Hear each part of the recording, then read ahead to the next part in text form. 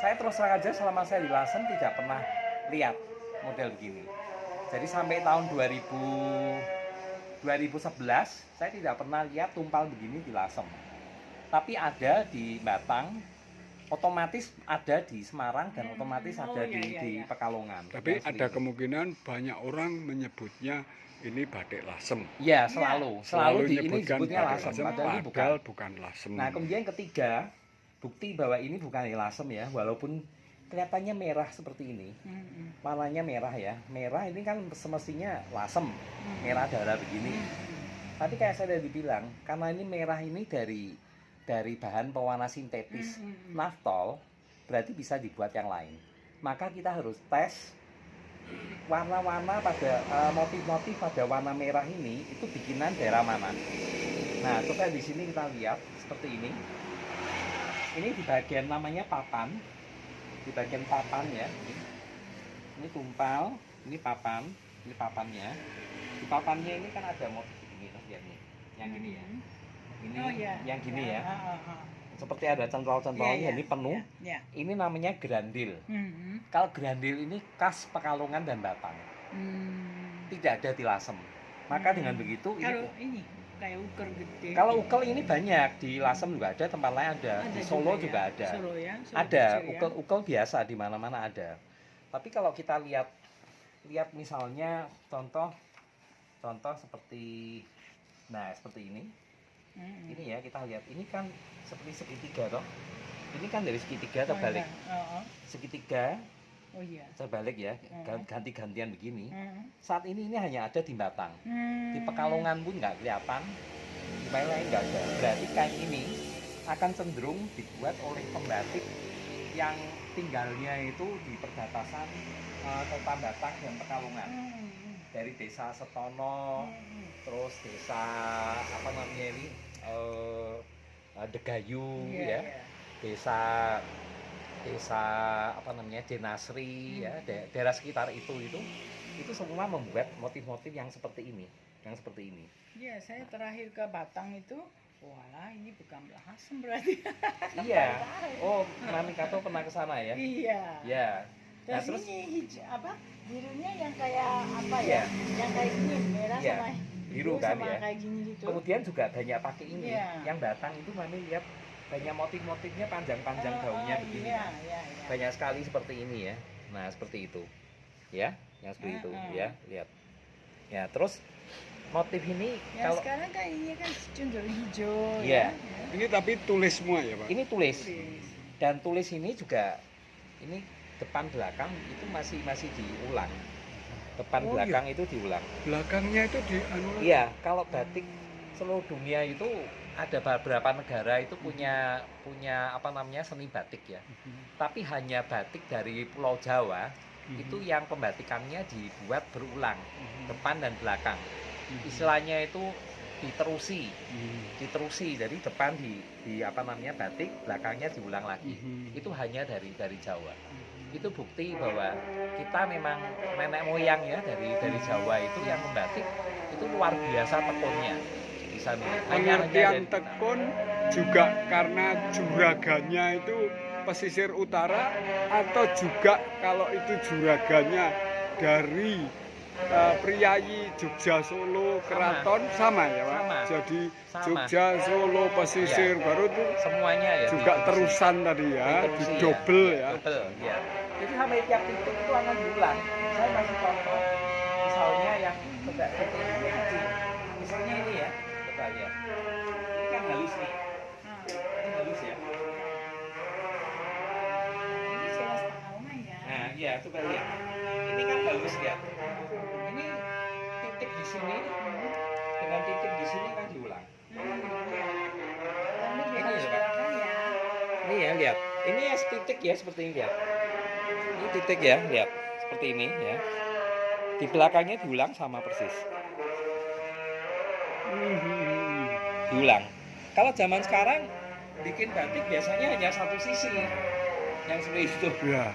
Ini buktinya nih. Supaya harga bisa ditekan ya Pak. Nah, kemudian seperti ini.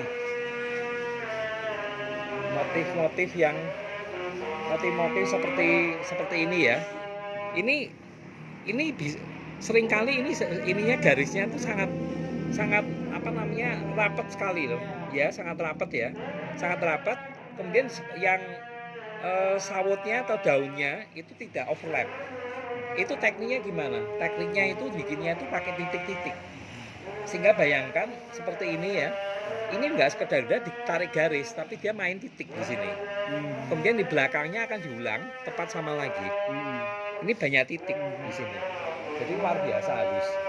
Kalau sedikit pertanyaan Pak, semua batik kebanyakan daun, Ya, lururan, Ya. bunga, vegetasi gitu ya.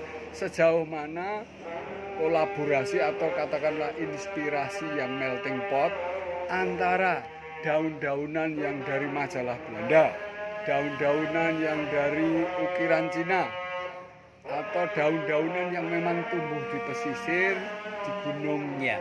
Jogja Solo itu. Iya. Nah, daun-daun ini sejauh mana apa gesekan dan apa Lintas. ambil majalah, ambil apa kan? Ya, Gitu itu bisa. Itu memang batik ini itu bisa menunjukkan apa sih namanya alam pikir yang multikultur ya. Jadi lintas budaya ya. Bisa datangnya dari mana-mana. Coba kita Di samping inspirasi gambarnya maupun dari alam langsung ya. Iya, bisa. Misalnya saya kasih contoh. Coba kita ambil. Iya, saya nggak punya lasem di sini. Oh, mungkin ada juga. Cuma tadi satu.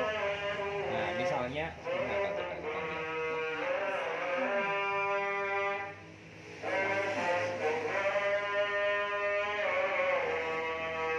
Ini Banyumas atau mana ya? Oh, tidak. Bukan.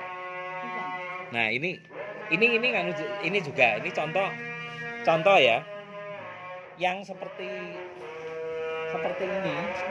Ini ada satu hal yang menarik ya. Ini kan ada titik-titik nih. Titik ini kan namanya coblosan, Iya. comlongan. Jadi malamnya itu ditusuk pakai jarum. Sehingga nanti waktu dimasukin warna merah, otomatis ini akan jadi titik-titik warna merah kan, yang seperti ini. Nah, teknik yang seperti ini sekarang yang banyak pakai dari Indramayu. Tetapi zaman dulu itu Lasem pakai ini, ya, Pekalongan Batang pakai ini, gitu kan ya. Terus pasti Cirebon juga pakai ya. Tuban sampai sekarang juga masih pakai Tuban. Tapi kalau untuk Pekalongan Batang itu sudah nggak banyak orang tahu.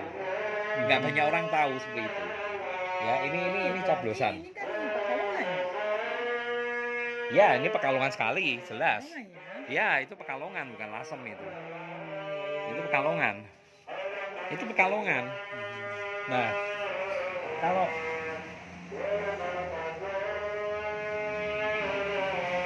Atau ini? oh, ini kan kita di Batang masih pakai. Namanya ini kan punya Batang. Oh ya, ini ada ini. Ini disebutnya di Batang di kayak gini ya. Disebutnya itu motif jamblang. Motif jamblang yang seperti ini, yang motif jamblang yang seperti ini. Kita masih bikin di Rivaya masih bikin. Masih. Ini. Nah, kalau kayak gini, ini Lasem dulu juga bikin. Kayaknya ya. Ya, kayak gini Lasem juga bikin dulu. Nah, yang kayak gini. Ini jelas dulu di Pekalongan bikin. Ini Pekalongan. Ini jelas Pekalongan.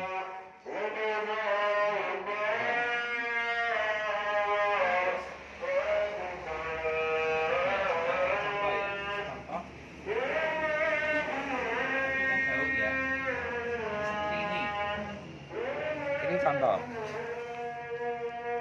Nah, ini bunga ya. Nah, ini lihat. Ini bunga-bunga ini asalnya Ya. ini bunga-bunga asalnya dari bunga Cina. Yang ini ya. Artinya tidak tumbuh di Jawa. Ya, ini memang gambarnya nggak terlalu bagus ya, artinya nggak real gitu ya, orang bikin ya. Tetapi kalau dilihat, ini asalnya ini adalah peony, Oh, bunga peony. botan atau mutan atau peony. Terus yang ini Sebetulnya mereka akan ngambilnya itu ke Seruni sebetulnya. Seruninya Seruni. juga Cina atau Jawa sudah? Cina. Cina ya. Cina oke. ada di sana. Mhm. Tapi suka ada, tapi seringkali kan begini. Kalau misalnya toh itu motif dari Cina, pembatik itu kan tidak tahu kan motif Cina apa, Mhm. sehingga kemudian reinterpretasi dengan bunga-bunga yang ada di sekitarnya dia, di Jawa misalnya. Mhm. Sehingga seringkali kita Nah. bilang, nggak bisa kita bilang bahwa ini pasti bunga apa namanya peony gitu ya. Mhm. Pembatik Jawa mungkin bilangnya bukan. Mhm. Ini bunga yang ada di desanya ini gitu ya. Tapi Kalau- asalnya bisa dari Cina, dari Jepang, dari Eropa, bisa dari mana-mana. Kalau padanan gambarnya Ya. untuk menolong visualisasi si pembatik itu misalnya ada toi itu ada pakaian Cina, Ya, ada majalah Belanda sudah mulai terbit 100 tahun Ya. lalu, ya, kemudian ada tempat tidur, ada ukiran ya. macam-macam yang Iya. termasuk Iya, kostum iya. bagian itu sejauh mana masuk ke batik ini? Semua bisa masuk sini. Iya. Termasuk yang majalah. Mhm. Saya kayak contoh batik yang termasuk legendaris, Mhm. batik Uisucun yang di Susun eh, Pekalongan. Kedunguni, Kedunguni, ya. Kedunguni. Itu sumber inspirasi motifnya itu dari kartu-kartu pos Aha. dari Belanda atau Mhm. dari majalah yang terbit dari Eropa. Itu kemudian diambil bunga-bunganya. Makanya motif-motif di dalam apa namanya batik Belanda yang di Pekalongan atau yang di Kedunguni seperti Uisucun itu bunga-bunga yang tidak ada di Indonesia. Bisa maupun Antara di lain- Cina. Iya, bisa Maupun di- jadi ada yang memang yang dari Cina ada yang dari Indonesia kayak misalnya melati atau apa ada gitu ya. Yang Cina kayak botan atau atau peony, terus teratai segala macam ada. Sebaliknya kalau yang Van Swielen bikin juga ada Cinanya, ada Jawanya, bisa bisa begitu, terjadi ya. begitu ya. Tapi ada bunga-bunga tertentu itu yang datangnya dari Eropa kan. Misalnya bunga wisteria misalnya itu nggak ada di sini gitu kan ya. Terus bunga apa itu poppy kalau nggak salah itu nggak ada gitu kan ya. Bunga tulip tidak ada kan. Nah bunga-bunga dari Eropa itu bisa dibuat motif batik oleh para pengusaha yang di Pekalongan, Dunguni maupun yang lainnya. Kalau Termasuk vegetasi yang diambil dari Jazirah Arab, Turki, Iran, Mesir, itu bagaimana, Pak? ada, misalnya contoh Tidak harus menyebut Islam kan ini? Tidak, Pokoknya tidak dari harus, Arab tidak gitu ya? harus misalnya yang gaya-gaya Timur Tengah ya, misalnya seperti apa namanya, saya katakan anyelir misalnya. Oh, anyelir Jazirah Anyelir, Arab. anyelir itu kan ada di daerah apa sih namanya seperti Afgan, terus di Iran segala macam. Kalau kita lihat katakan karpet misalnya, itu ada motif-motif yang anyelir kan seperti itu ya. Turkistan, itu bisa diambil ya. Bhutan. Terus gaya ininya apa namanya arabesnya itu ya, itu bisa diambil. Itu Mesir, Maroko atau Arab? Yang mana? Itu tadi yang Arabes itu Lebih ke Maroko. Timur Tengah ya. Timur Lebih Tengahnya? ke Timur Tengah yang seperti itu, seperti Afgan, Iran segala macam seperti itu. Kalau yang pengaruh Islam betulan, Islam betulan ya, itu masuknya di Indonesia itu dalam bentuk aneka rupa. Misalnya contoh ya, kalau motifnya langsung umpama saja benda yang ada di Jazirah Arab misalnya, belum tentu ada. Tapi kalau kita bicara Islam, itu bisa penafsirannya macam-macam. Contoh misalnya batik dari Bengkulu itu kan besurek ya. Tapi saya lihat di sini ada kain yang pakai motif-motif seperti huruf Arab ya. Itu gimana di sini ya? Nah, Wah, ini bukan, ini Jambi ya. Jambi. Ini Jambi. Ada yang besurek yang seperti tulisan Arab, tapi sebetulnya belum tentu itu tulisan Arab. Hanya dibikin distilisasi seperti huruf Arab. Nah, itu menunjukkan pengaruh Islam seakan-akan begitu. Kemudian ada lagi apa sih namanya ajaran Islam di dalam kitab hadis. Ya, di beberapa kitab hadis sebutkan umat Islam itu tidak boleh menggunakan motif makhluk hidup ciptaan Allah Subhanahu wa taala. Nah, karena ada ajaran yang seperti itu di dalam beberapa kitab hadis, tidak semua. Bagi mereka yang percaya kitab hadis itu dianggapnya itu apa sohe atau sahih gitu ya. Itu akhirnya mencoba menyesuaikan motif batiknya dengan ajaran Islam itu. Misalnya contoh, dikatakan makhluk hidup ciptaan Allah gitu ya. Berarti tidak boleh kan? Nah, berarti bikin burungnya ini dibentuk seperti bunga atau tanaman. Yang di Batang ya. Ya, bisa Warnanya gitu. selalu itu Nah, ya. kemudian kata-kata makhluk hidup. Berarti kalau makhluk mati boleh dong. Nah, jadi kalau di batik ayam Batang itu jelas sekali. Kepala ayam misalnya, ayam jantan ya, misalnya itu dipenggal. Jadi ini kepala dan lehernya, tubuhnya, ini badannya ini terpisah, nggak nempel begini. Itu punya Batang.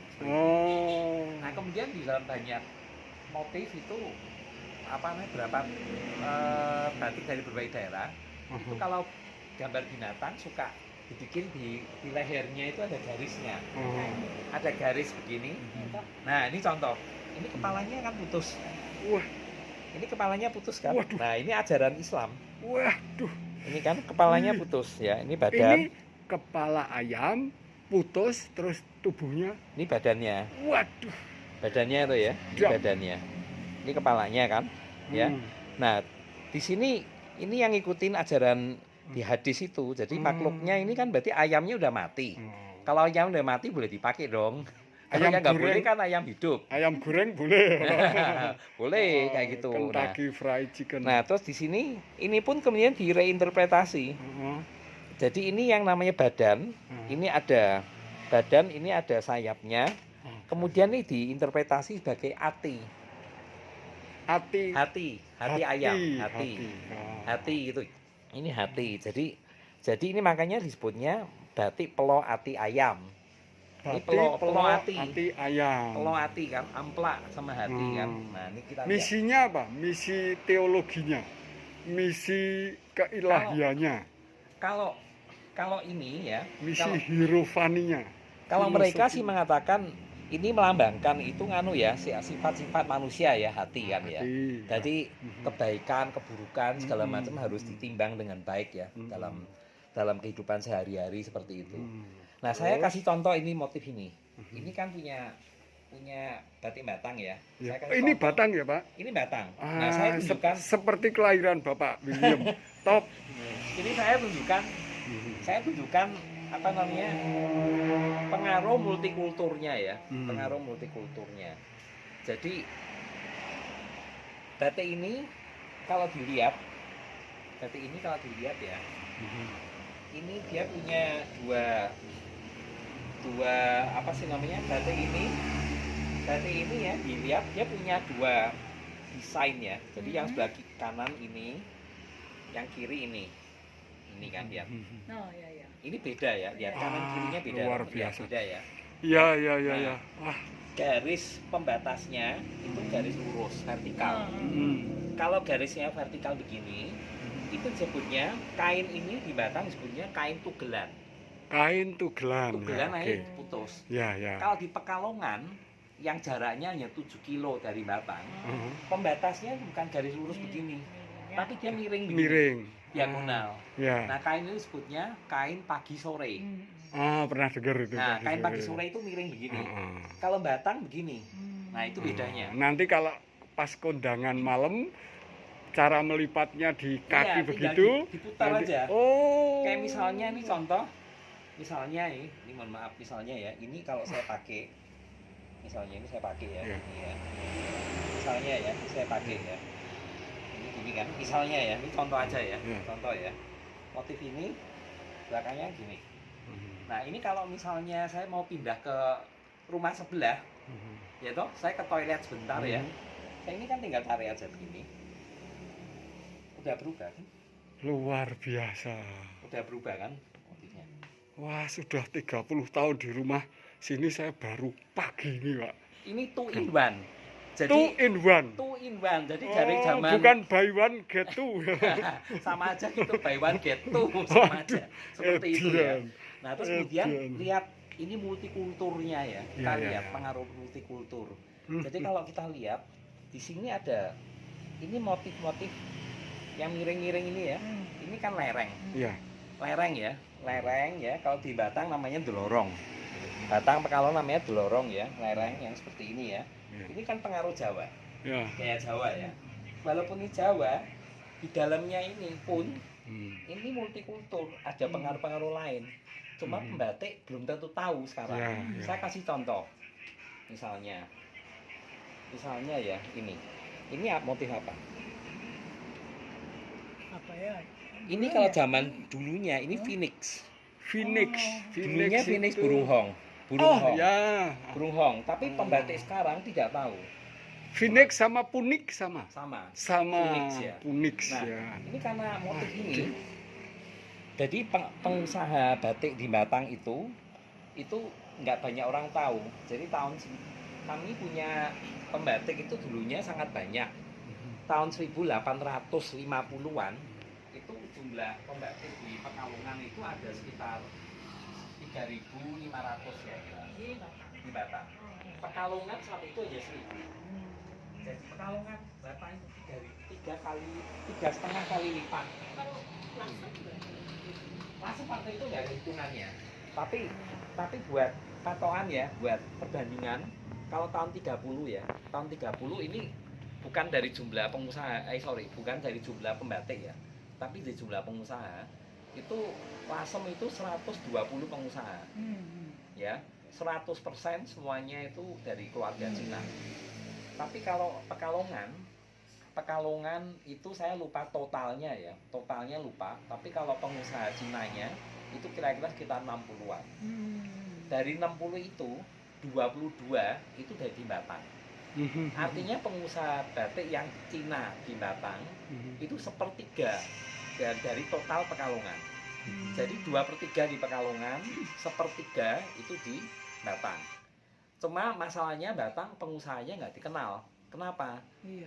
Karena mereka jarang yang tanda tangan, tidak ada sign-nya, jadi nggak ketahuan sehingga kecampur dengan Pekalongan. Satu, kedua, pengusaha batik Batang itu skala usahanya itu relatif lebih kecil.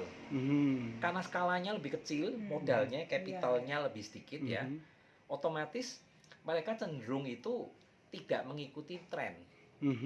Karena tidak mengikuti tren, berarti mereka mempertahankan gaya-gaya lama. Nah, batik ini, Ya masih ada ya. ya batik ini adalah batik yang kira-kira dibuatnya tahun 1800-an awal sampai 1800-an awal. Zamannya Raffles. Daedalus bikin jalan itu. Raffles, Itu sudah mulai Raffles. batik ya, Pak? Ya, sudah ada batik. Luar biasa. Padahal Sudah ada yang batik. sebelumnya naik kapal ya, Pak? Iya, jadi sebetulnya begini. Kalau Dahsyat. ngomong batik ini ya, ini saya agak lompat. Waduh. Jadi batik itu kita terus terang aja kalau bicara batik Indonesia, sejarah awalnya itu nggak begitu jelas. Itu sejak kapan kita punya batik. Kalau tenun itu clear.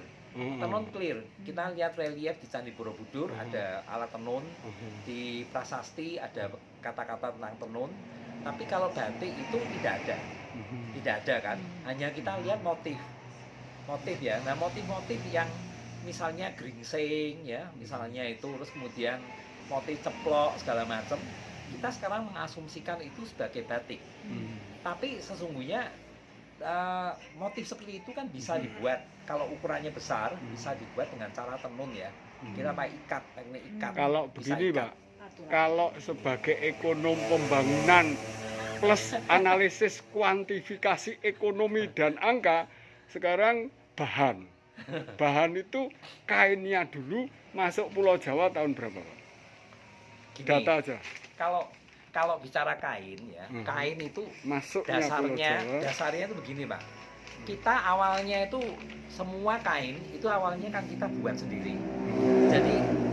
Jadi sebagai contoh ya, itu kapas ya. Kapas dulu kita tanam sendiri, ya, tenun sendiri semuanya, ya kan? Tapi setelah ada revolusi industri kan di Inggris ya, Inggris, India, ya Inggris ya, diakali. itu mulai ada, kan berarti artinya kain itu bisa diproduksi dengan harga murah loh. Nah, otomatis apa yang terjadi? Revolusi industri di Inggris itu akan punya dampak ke India, dan punya dampak ke di Nusantara. Nusantara. Nah, jadi di India itu industri kain-kain India itu menjadi tertekan. Ya, itu tebak-tebakannya abad berapa? Itu tahun berapa itu ya? Mulai 1700-an ya. 700-an ya. 1700-an. Jadi kayak mulai ditemukannya kan mesin uap oleh James Watt segala macam seperti itu kan. Nah, jadi begitu ekspor kain apa namanya itu katun lah gitu ya dari Inggris ke India, otomatis industri itu pemintalan di India itu menjadi tertekan. Ya. Nah, kalau yang tertekan, otomatis pembuatan kain ini itu menjadi banyak itu yang pakai itu kain-kain impor gitu kan ya. Dari kain India sendiri jadi terbatas. Bukannya nggak ada gitu. Nah, karena atau terbatas, bukan impor tapi didropi oleh si kolonialis. Iya, betul. Nah, sekarang kalau yang kain-kain yang yang kain betul-betul masih buatan para apa namanya pembuat kain di India itu karena jumlahnya lebih sedikit, otomatis dia harus pilih market mana yang bisa membayar lebih tinggi kan. Nah, jadi kain itu masih mengalir itu ke Europe. Tapi yang ke Nusa ke Jawa itu menjadi berkurang. Karena Europe berani bayar lebih mahal ya. Ini saya logika ekonomi ya. Nah, jadi di Indonesia, waktu itu bukan Indonesia, masih Hindia Belanda. Itu supply dari kain dari India itu menjadi sedikit. Karena kainnya menjadi sangat sedikit, kita menjadi kekurangan kain. Nah, karena kekurangan kain, apa yang terjadi? Nah, sementara kan masih banyak orang butuh ya, terutama orang di pesisir utara ya. Kalau yang di selatan, dengan asumsi 1700-an itu sudah banyak masyarakat pakai batik ya Pak? Sudah. Kalau batik itu tahun 1600-an pun sudah pakai Pak? Sudah. Wah, luar biasa. Itu seperti Sultan Agung itu kan sudah, itu masa kostumnya. itu sudah ada. Serampang. Tapi kalau yang masa sebelumnya itu kita hanya asumsi loh ya. Saya sih mengatakan pasti jauh sebelumnya sudah ada batik. Tapi kan tahunnya tidak pasti. Waktu Demak mengalahkan Majapahit, kira-kira pakaiannya polos atau batik atau dikasih apa Pak? Kira-kira dulu. Kalau siapa tahu bedean gitu nanti jadi ilmiah. Kalau yang pasti kalau kain yang basisnya itu polos dan basisnya itu dibuat dengan tenun, itu pasti sudah ada. Ya pasti. Misalnya kain lurik. Kain lurik itu pasti ada. Nah ini ada. Ini canting. Ya, ini canting. Ini canting sebelum jadi canting yang sekarang seperti ini. Dia masih pakai ini. Ya. Cuma India di Mumbai apa di Gujarat? Bawa dari Gujarat. Oh ya. Masih pakai mereka. Nah. Oh iya. Nah, jadi kalau masalah batik ya. Misalnya kalau kita ngomong batik ya, itu dari masa katakan masa mungkin katanya yang sebelumnya ya, kayak seperti Majapahit abad 13. Majapahit. Ya. Kalau Majapahit kan ada kain misalnya yang disebut dengan kain gringsing. Oh sudah, kata-kata gringsing itu sudah. Gringsing sudah ada, jauh. Kalau di kita Pararaton itu kan sudah ada. Raden Wijaya itu memberikan kain gringsing itu pada para prajurit sehingga mereka itu kemudian punya semangat luar biasa melawan tentara Tartar. Itu bukan narasinya para peneliti UGM UI yang mekso-mekso sedikit gitu enggak ya? Pararaton. Sama masalahnya gringsingnya itu gringsing itu ada dua pengertian. Pertama tenun gringsing, double ikat dari tenganan, atau itu batik motif gringsing dari Jawa, gitu kan?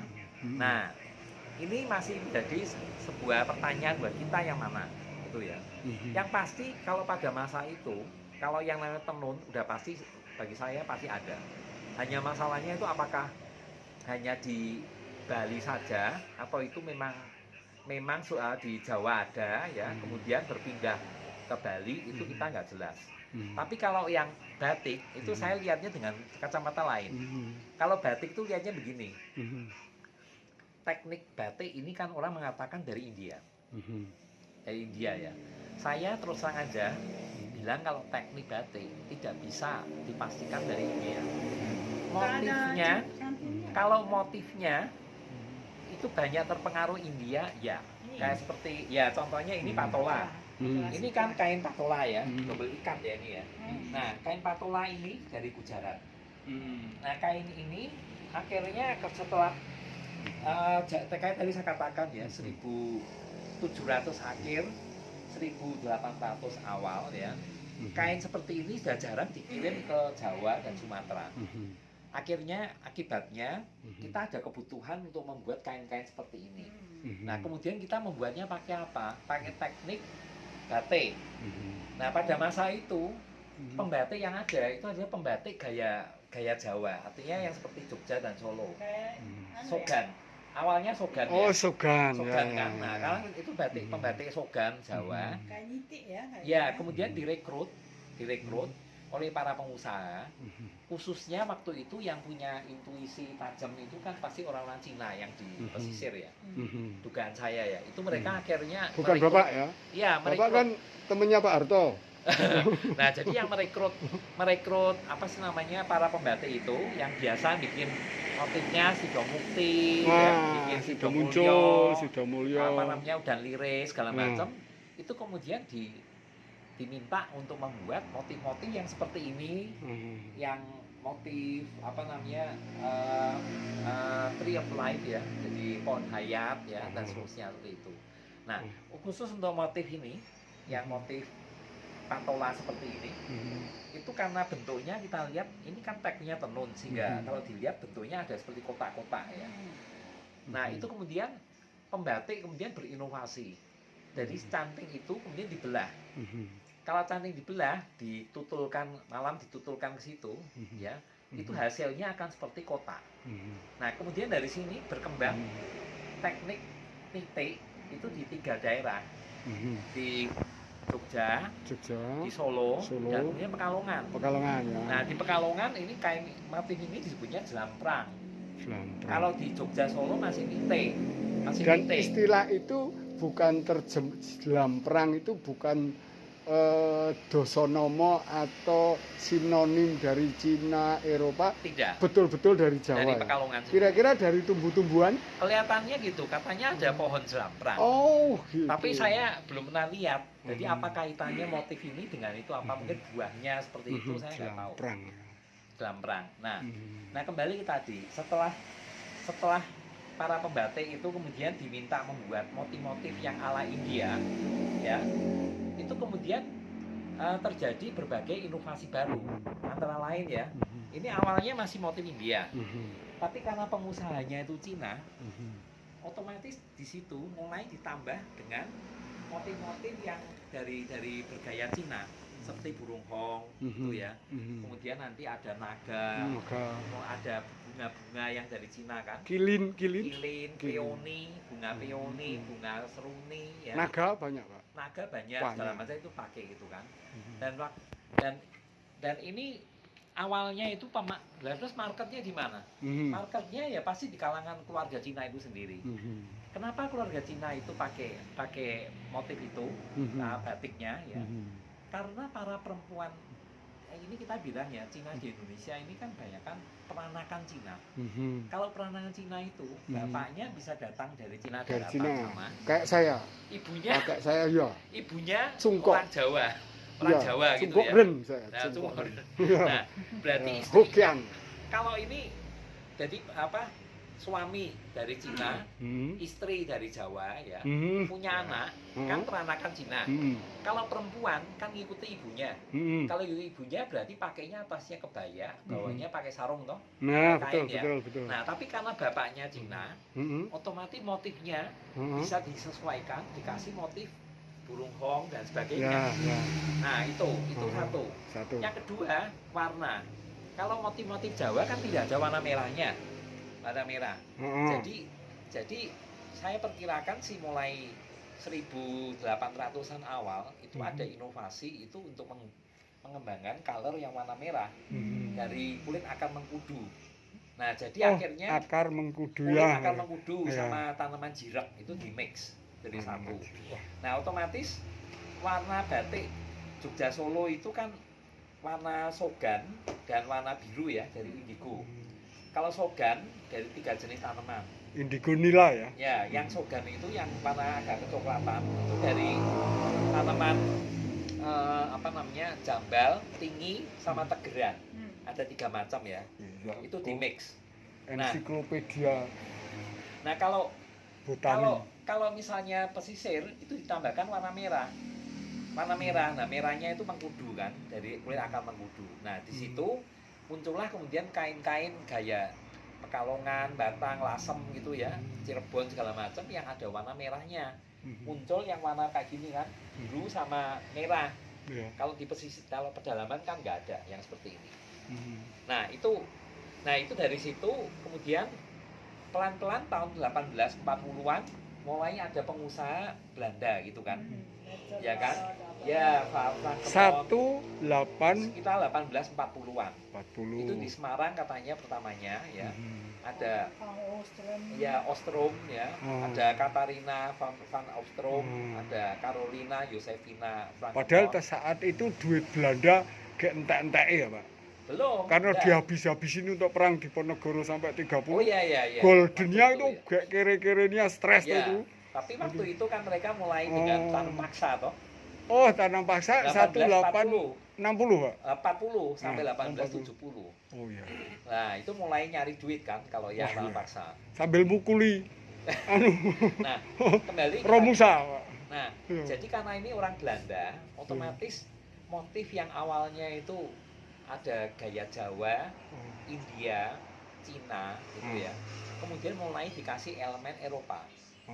Eropa kan, pelan-pelan elemen Eropa itu menjadi dominan.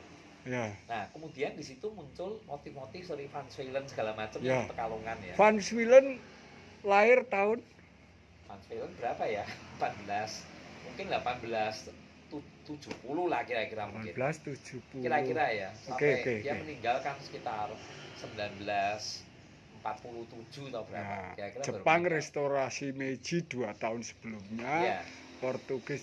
Nah. Oke, Pak. Iya, Pak. Nah, jadi akhirnya di Raden Pekalongan- Ajeng Kartini keluar itu ya, Pak. Iya. Sebentar lagi. Oke. Jadi akhirnya di Pekalongan itu terjadi pergantian, ada tren baru. Pertamanya kalau dilihat gaya batik Pekalongan itu ya seperti ini. Stylenya ya. Jadi ini saya kasih lihat ya. Ini ya. Ini adalah saya ambil contoh batik Pekalongan dan Batang ya. Motif ini berkembang 1800-an awal itu pasti sudah ada. 1800 awal ya, Awal Pak. dari masa Raffles. Masih Sudah naik ada. kapal itu, Pak. Nah, masa Raffles kita lihat ya. Naik Iya. kapal ya, Pak. Hah? Naik kapal ya. Iya. Sama kuda, belum Iya. belum naik kereta api ya, Pak. Belum ada. Oh, ya. Nah, ini contoh ya. Ini di Pekalongan, Batang ya, daerah pesisir itu sudah ada motif-motif seperti ini. Coba kita lihat motif ini. Ini kan sebetulnya ngambil dari motif Tree of Life dari Tree of- India, kain Oh. chintz dari Coromandel seperti ini ya, diambil kan? Tree of Life itu apa, Ya, Pak? Tree of Life itu pohon hayat. Oh. Pohon hayat itu motif-motif kan India banyak kan seperti ini ya. Nah ini kemudian diambil ya di situ. Kemudian tapi di sini lihat motif ini kemudian ditambahkan motif-motif yang non India. Saya ke contoh. Ini kan harusnya pohon ya, Tree of Life ya. Tapi di sini kan ini jadi ini kan itu apa namanya terate lotus. Ini lotus. Ini lotus kan masih kuncup gini ya. Kemudian di sini ini bentuk-bentuk besar begini ya. Ini kemungkinan ini daun lotus ya. Daun lotus ya. Ini daun lotus ya. Ini lotus. Kalau ini lotus ya. Ini lotus. Jadi ini teratai. Ini teratai kan dari pengaruh Cina kan di sini ya. Tapi kalau ini yang namanya longlongannya ini bentuknya adalah Tree of Life-nya India. Yang seperti ini kan. Ya. Nah, kemudian yang ini tumpal. Tumpal ini kan pengaruh India. Tumpal ini adalah India. Ya, kalau kita menyebutnya pucuk rebung ya. Pucuk rebung seperti ini kan, ya. Tapi ini stylenya udah style gaya Pekalongan, jadi apa tumpal cepet yang seperti ini. Ya, tumpal cepet. Kemudian di sini ini pengaruh Cina sekali toh. Ini ya. Ini motif ini dari zaman dinasti Zhou atau Shang ini sudah ada. Shang ini kalau saya ada, ini Ini namanya motif apa namanya itu awan dan guntur kalau nggak salah. Kalau Awan bahasa. dan guntur. Awan dan guntur yang ini motif gini. Tapi orang kita nyebutnya ini kan banji. Banji. Banji itu Oh, dia masih 10.000. 10.000. Huruf 10.000 wance atau banji kalau bahasa Hokkien. Nanti bisa terkait dengan kuadasan dan megamendung atau apa Nah, enggak itu lain? bisa. Itu Bisa, ngambil ya? dari yang Cina juga. Oh. Ngambil dari pakaiannya kaisar segala itu kan ada wadasan sama megamendungnya.